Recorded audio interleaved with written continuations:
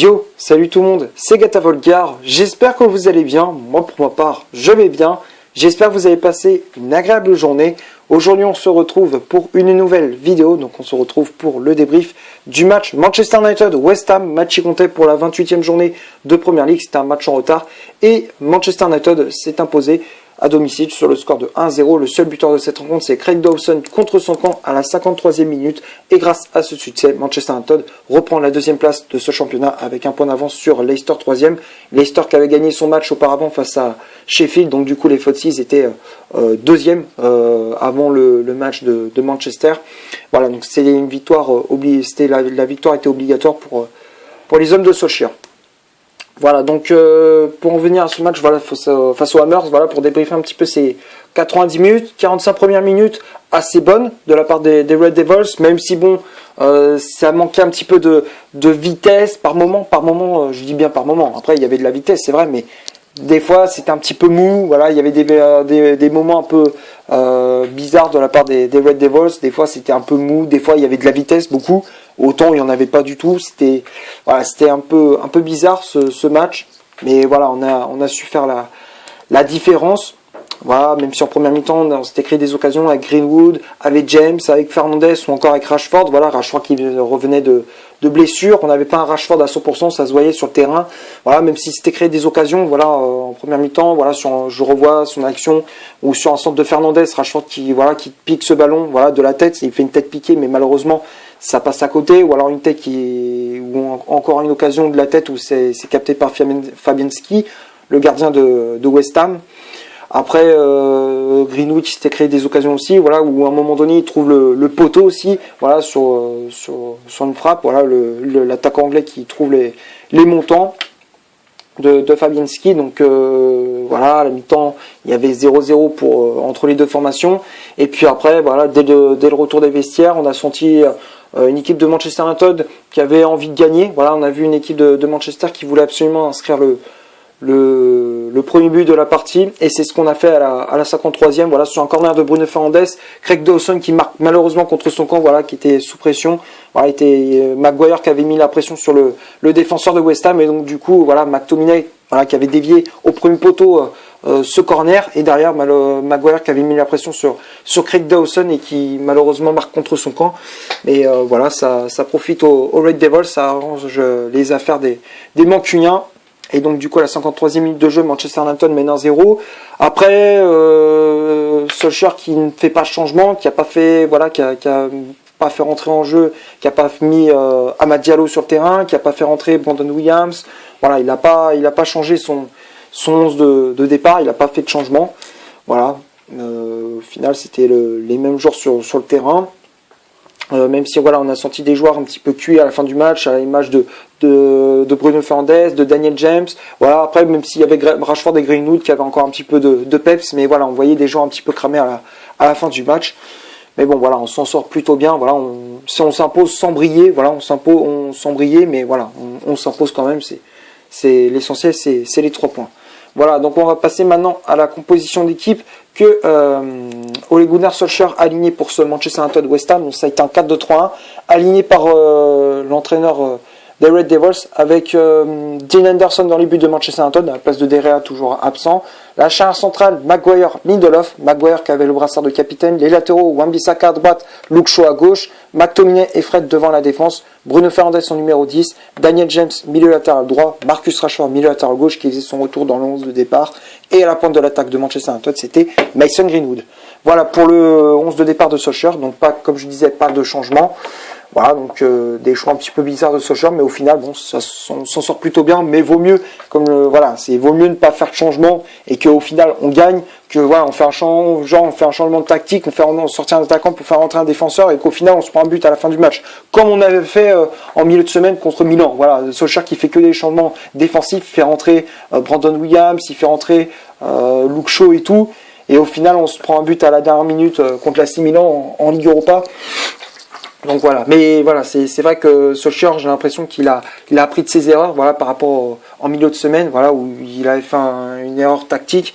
Là, sur ce coup-là, il s'est un peu rattrapé, et il a pas fait de changement, et c'est ce qu'il a fait. Il a pas pris le risque de faire sortir un attaquant pour faire entrer en défenseur et qu'on se prenne malheureusement un pion en fin de match et qu'on perde justement les 3 points précieux. Voilà, dans la course pour la deuxième place. Voilà, donc on va passer maintenant aux statistiques de cette vidéo. Donc on va commencer par celle de Manchester United. Les Red Devils, c'est 62% de possession de balle, 6 corners, 8 tirs au total, donc 4 tirs cadrés, 0 position de hors-jeu. Donc tout ça c'est du côté des Red Devils. Et du côté de West Ham, c'est 38% de possession de balle, 2 corners, 3 tirs au total, donc 0 tir cadré, 2 positions de hors-jeu. Donc tout ça c'est du côté des Hammers. Voilà, donc pas grand chose à dire dans ces statistiques. Voilà, ça représente bien les physionomies de cette rencontre. Manchester United qui a fait preuve d'efficacité devant le but, même si voilà, je disais ça a pêché un petit peu au niveau de la finition. Mais voilà, on a réussi à faire la différence. Après, en termes de position de balle, on a eu une position de balle assez stérile. Voilà, on a réussi à garder le ballon, à se créer des occasions, à construire notre jeu. Voilà, c'était important de faire ça. Et au final, ça a plutôt bien payé. Voilà, West Ham qui n'a pas été très dangereux offensivement. Voilà, on a été quand même assez dominateur durant cette rencontre. Voilà, donc on va passer maintenant au top et au flop de cette vidéo. On va commencer par Dean Henderson. C'est vrai que Dean Henderson, lors du match contre l'AC Milan, je l'avais fracassé. C'est vrai, il y en a qui vont me dire, ouais, c'est vrai, tu l'as fracassé et tout, tu avais raison. Ou d'autres qui vont me dire, ouais, non, tu avais tort. Moi, je le dis ce que je pense. Là, sur ce coup-là, Dean Henderson, il s'est rattrapé de son match raté face à Milan. Là, il a fait une bonne prestation. Il a été rassurant. Il a fait de bonnes sorties. Voilà, donc moi, j'ai trouvé qu'il faisait de bonnes relances aussi. Là, sur ce coup-là, il a été bon. Contre Milan, il n'a pas été bon. Là, sur ce coup-là, il s'est rattrapé. Il a fait un bon match. Voilà, donc pour moi, Dean Henderson, je le mets dans le top. Après, la charnière centrale, Lindelof, Maguire, voilà, ils ont fait une bonne prestation. Maguire qui a été solide derrière, qui a mis de l'agressivité, de l'impact physique, qui a récupéré pas mal de ballons. Voilà, sur coup de pied arrêté, il a été assez dangereux. Voilà, c'était une menace pour les défenseurs. Voilà, moi j'ai trouvé un Maguire assez intéressant. Voilà, donc pour moi Maguire, je le mets dans le top. Il a apporté aussi de la communication. C'est vrai que on le voit pas souvent communiquer avec ses défenseurs. Enfin, tu sais, des fois il met pas des fois des gueulants. Des fois il ose pas s'imposer. Et là, sur ce coup-là, je trouvais qu'il s'est quand même imposé. Voilà, moi je trouvais sur ce match, il a été assez intéressant. Il a quand même voilà, il a apporté son leadership. Voilà, c'est ce qu'il fallait faire. Et c'est ce qu'il a fait sur ce match. Voilà, donc pour moi Maguire, je mets dans le top. Après Lindelof, pareil. Voilà, il a fait une bonne prestation. Voilà, il a été solide. Il a pas été il a pas été mauvais. Voilà, comme on voit, des fois par moment il peut être catastrophique. Autant il peut faire de bons matchs, autant il peut être catastrophique. Des fois c'est le jour et la nuit. Victor Lindelof, là sur ce coup-là, il a été bon. Voilà, il a fait de bonnes interventions. Voilà, moi je trouve un Lindelof assez intéressant. Voilà, donc pour moi Victor Lindelof, je le mets dans le top. Après les latéraux, Wan-Bissaka et Luke Shaw. Wan-Bissaka, défensivement, il a pris un peu le bouillon face à Johnson, Michael Antonio ou encore Cresswell. Voilà, il a pris un petit peu le bouillon. Après, offensivement, bon, les centres n'étaient pas toujours réussis. Voilà, moi j'ai trouvé un Wan-Bissaka un petit peu en dessous par rapport à d'habitude. Après, c'est vrai qu'il enchaîne beaucoup de matchs en ce moment. Donc voilà, peut-être c'est la fatigue. Mais en tout cas, voilà, Wan-Bissaka, son niveau est un peu en dessous par rapport à d'habitude. Voilà, donc pour moi Wan-Bissaka, je le mets dans le flop. Après, Luke Shaw, moi j'ai trouvé qu'il a fait un bon match. Pour moi, c'était l'un des meilleurs mancuniens sur le terrain. Il a montré toute sa grinta. Il a montré beaucoup d'envie sur la pelouse. Voilà, il se battait pour récupérer chaque ballon. Il s'est projeté pas mal de fois vers l'avant. Voilà, défensivement, il était costaud. Offensivement, il a apporté aussi. Voilà, moi j'ai trouvé un Luke Shaw très intéressant. Voilà, donc pour moi, c'était l'un des meilleurs mancuniens sur la pelouse. Voilà, donc pour moi, Luke Shaw, je le mets dans le top. Après, le milieu de terrain, McTominay, Fred. McTominay, il s'est rattrapé de son match raté face à Milan. Voilà, et comme je disais, Solskjaer qui a rectifié le tir, voilà, qui a mis le milieu de terrain qu'il fallait faire. Voilà, le milieu de terrain. Voilà, un joueur qui garde une certaine stabilité et un autre qui se projette pas mal de fois vers l'avant et qui est le moteur au milieu de terrain. Je l'avais dit contre Milan, il avait fait une erreur en mettant Matic et McTominay qui sont pas du tout ce profil comme Fred, ils sont pas du tout pareils. Voilà, donc ils ont pas le même profil, Fred et McTominay ou Matic. Voilà. Là, il a rectifié le coche et c'est ce qu'il a fait. Il a mis le bon duo au milieu de terrain. Voilà, ils sont très complémentaires, Fred et McTominay. Donc pour moi, les deux, je les mets dans le top. Après, Bruno Fernandes, il a fait le taf aussi. Bruno Fernandes qui a fait une bonne prestation. Voilà, qui a plutôt bien sur le coup de pied arrêté. Des fois, il communiquait avec Fred, ça a plutôt bien fonctionné. Voilà, sur le coup de pied arrêté et tout. Donc moi, j'ai trouvé que Fred ça marchait bien. Et Bruno Fernandes, les deux, ils ont été bons.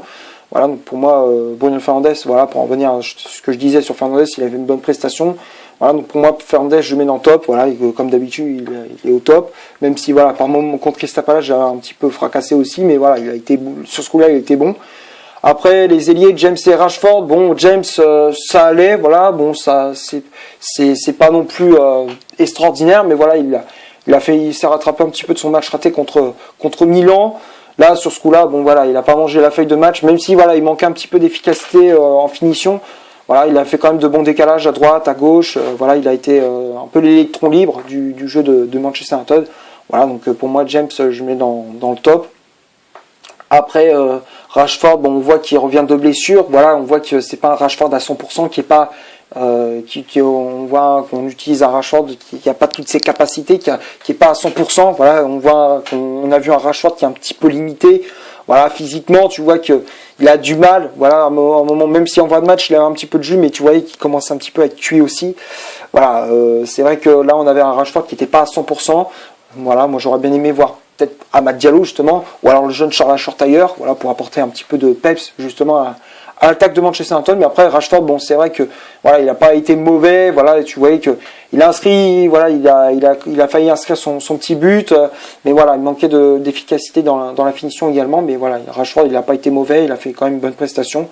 Voilà, donc pour moi Rashford, je mets dans le top. Et Greenwood aussi, voilà, il manquait un petit peu de réussite dans la finition. Voilà, malheureusement, il trouve les montants à chaque fois dès qu'il avait le ballon. Voilà, ça manque un petit peu d'efficacité de la part de Greenwood qui, voilà, je l'avais fracassé aussi contre Milan. Mais voilà, il s'est rattrapé un petit peu de son match raté. Voilà, c'était mieux, voilà, par rapport en milieu de semaine contre Milan. Donc voilà, donc Greenwood, il a manqué un petit peu de réussite, c'est vrai, mais voilà, il a été quand même un peu plus efficace que contre Milan en Ligue Europa. Voilà, donc pour moi, le seul flop durant cette rencontre, pour moi, c'est Aaron Wan-Bissaka. Voilà, donc c'est tout ce que j'avais à dire pour ce Manchester United West Ham. J'espère que la vidéo vous aura plu. Si c'est le cas, vous laissez un énorme like. Tu cliques ici pour t'abonner pour rien rater de mes vidéos. Tu cliques ici pour avoir une autre si tu le souhaites. N'hésite pas à rejoindre le compte Instagram qui est dans la description. D'ici là, portez-vous bien. On se retrouve pour une prochaine vidéo. Ciao.